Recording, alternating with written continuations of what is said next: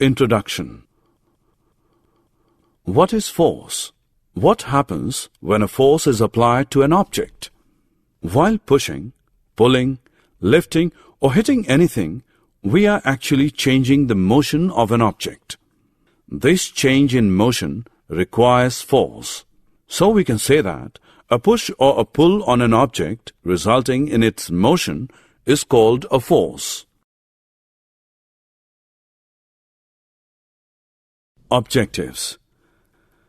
At the end of this lesson, you'll be able to define force, list the properties of force, understand the effects of force, distinguish contact and non-contact forces, list types of contact and non-contact forces, list properties of pressure exerted by solids, liquids and gases, list the effects of pressure on human activities, define atmospheric pressure.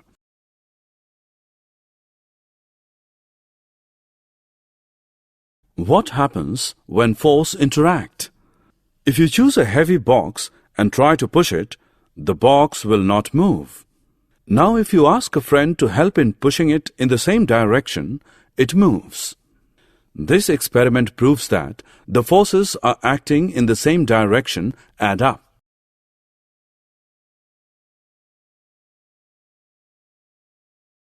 Effects of force. Consider a thin rubber balloon and blow air into it, the shape changes. Then tie its open end with a thread. Now press the air-filled balloon. You will see again the shape changes. This is due to effect of force. When you play football, the football is kept in the center of the field. When you kick it, it moves towards the given direction. Similarly, in the kitchen, your mother makes balls from dough and rolls them into chapatis. In this case, she is applying force to make them flat. Effects of force.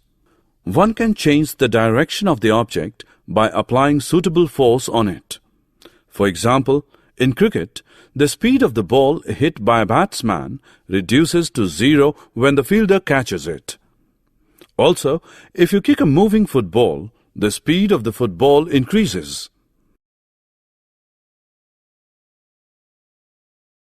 Kinds of force. There are two major types of forces: contact forces and non-contact forces. Examples of contact forces are muscular force, force of friction, etc. Similarly, example of non-contact forces are magnetic force, gravitational force, etc.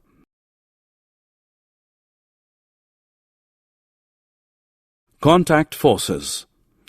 Can you push or lift a book lying on the table without touching it? Or can you lift a bucket of water without holding it? In both the cases, the answer is no. Generally, to apply a force on an object, our body needs to be in contact with the object. So we can say that contact forces are the forces which act on bodies when they are in actual contact. Basically, these are of two types: muscular force and force of friction. Muscular force. When we push an object such as a box or lift a bucket of water, then the force is caused by the action of muscles in our body. This force is known as muscular force. Note that muscular force is always applied either directly through touch or indirectly with the help of a stick or piece of rope. For examples, cutting the vegetable or fruits with the help of knife, hammering of nail with the help of hammer, pulling a cart by horse. Force of friction. Do you know why a heavy box on pushing does not move? Why a rolling ball stops after some time? When an object moves in contact with another object, a force known as friction comes into play. Note that the force of friction always acts on all objects and its direction is always opposite to the direction of motion. The moving object in the animation gradually slows down and ultimately stops due to the force of friction. This shows that force of friction always opposes the motion of one body over another body in contact. Types of non-contact forces.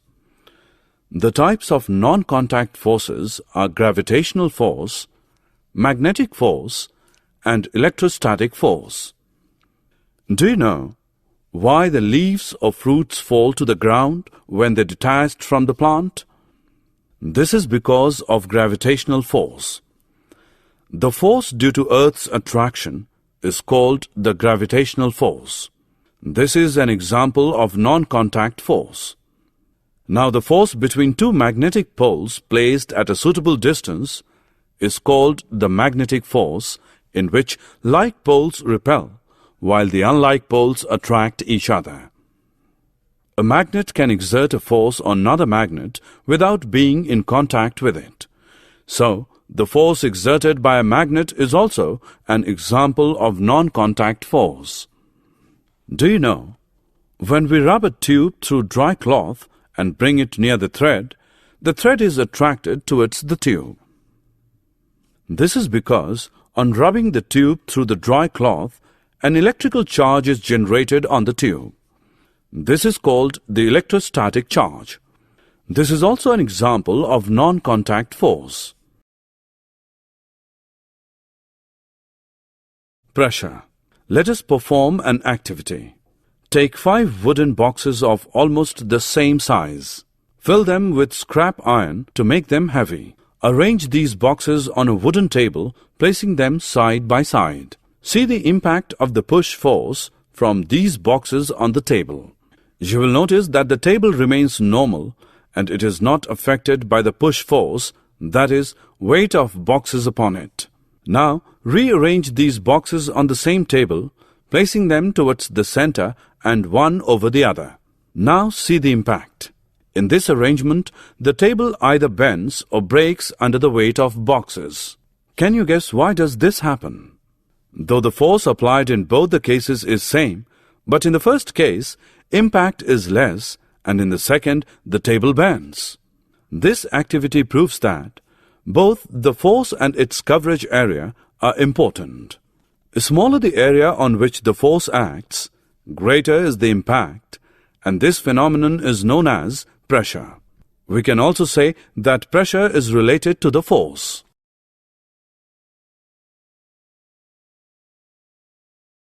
Daily life example of pressure. Have you ever noticed that why school bags have white straps? Why sharp knife cuts better as compared to blunt knife? And why the tip of the needle is sharp? In our everyday life, we all experience the impact of pressure.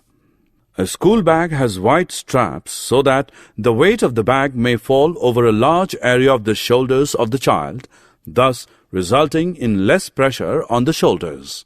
And due to less pressure, it is quite comfortable to carry the heavy school bag.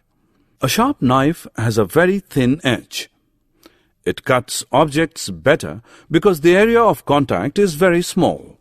The force of our hand falls over a very small area of the object, producing a large amount of pressure.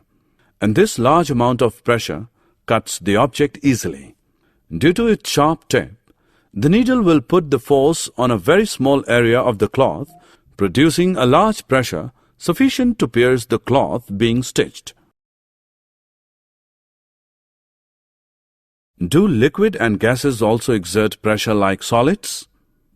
Do you know what happens when you blow air into a balloon? It exerts pressure in all directions. That's why the balloon increases in size and shows equal enlargement in all directions. The same is also true for the liquid. It also exerts equal pressure in all directions. When a plastic disc is submerged in water, it does not fall down. It is continuously pressed against the glass pipe by the pressure of the water. This implies that the water exerts pressure in all directions.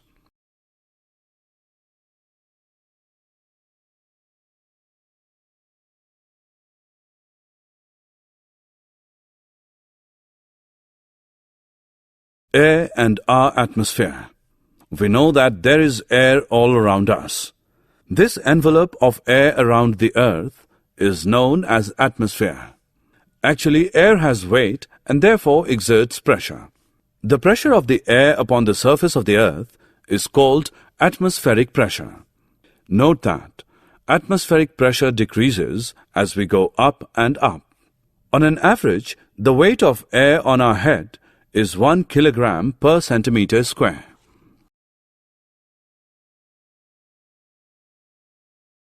Daily life experience of atmospheric pressure. In our day-to-day activities, we experience various instances of atmospheric pressure. Some common examples are sipping cold drink through a straw, dipping the nozzle of the syringe in the liquid, or filling of ink in fountain pens. Do you know what happens when you sip the cold drink? The air pressure inside the straw is reduced, and the air pressure on the surface of the drink pushes the drink up into the straw to reach our mouth. In case of a syringe, the doctor dips its nozzle into the liquid and pulls the piston, thereby lowering the air pressure inside the syringe.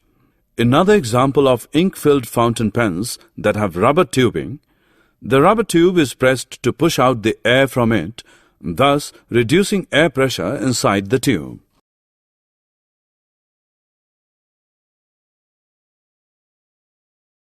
Summary. Let us summarize what we have learned. Force is a push or a pull resulting in motion of a body. Force can change the shape of an object, move an object from the position of rest, change the direction of a body in motion, and change the speed of the moving object. There are two kinds of force: contact force and non-contact force. Muscular force and force of friction are the examples of contact forces. Gravitational force, electrostatic force, and magnetic force are the examples of non-contact forces. Force per unit area is known as pressure. Pressure from solids is due to their weight and acts downward, but in the case of liquids and gases, the pressure exerted by them is downward, sideways and upward also, that means in all directions.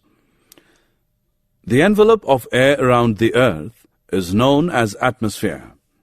The pressure of the air upon the surface of the earth is called atmospheric pressure.